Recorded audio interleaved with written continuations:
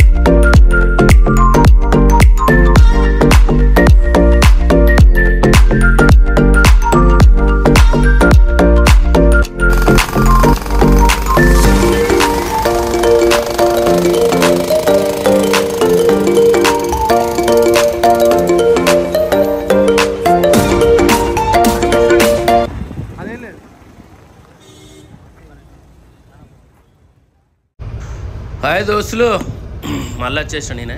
Car అయితే ఇచ్చిన తర్వాత కార్తో పాటు మనకు చిన్న గిఫ్ట్ అయితే ఇచ్చారు. దీంట్లో ఒక టీ కప్పు, ఒకటి క్లాత్, ఈ బండి నీట్గా తుడుచుకోవడానికి, అండ్ దీంతో పాటు ఒక చిన్న డైరీ అయితే ఇచ్చారు. దీంట్లో ఆర్సీ బుక్ కానీ మన ఇంపార్టెంట్స్ ఏమైనా ఉంటే కార్డ్స్ గట్లా కానీ డీజిల్ ఇట్లా కొట్టియాలి, అటువంటి కార్డ్స్ ఇట్లా ఏమైనా ఉంటే ఇందులో పెట్టుకోవచ్చు.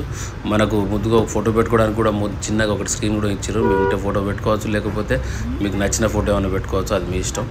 ఓకే, ఇక పోతే మాత్రం మనం అయితే కార్ తీసుకున్నాం కదా, మరి దీన్ని అయితే టెస్ట్ డ్రైవ్ అయితే చేద్దాము. టెస్ట్ డ్రైవ్ ఆల్రెడీ చేసినాకనే బండి తీసుకున్నాము. నవ్వాలి అప్పుడప్పుడు ఇట్లా. అయితే దీని తర్వాత నెక్స్ట్ అమ్మవారి టెంపుల్కి అయితే తీసుకెళ్తాను. అమ్మవారి టెంపుల్ నుంచి మనము మా విలేజ్, నేను ఏదైతే పుట్టి పెరిగిన ఊరైతే ఉందో ఆ విలేజ్ పోతూ ఉంటాను. ఆ లొకేషన్ అయితే చూడండి బ్రదర్, కిరాక్ ఉంటుంది. చూస్తూనే ఉండండి, కొత్త వరకు ఆ మూమెంట్ మీకు చూపెడతాను, మళ్ళీ రాదు.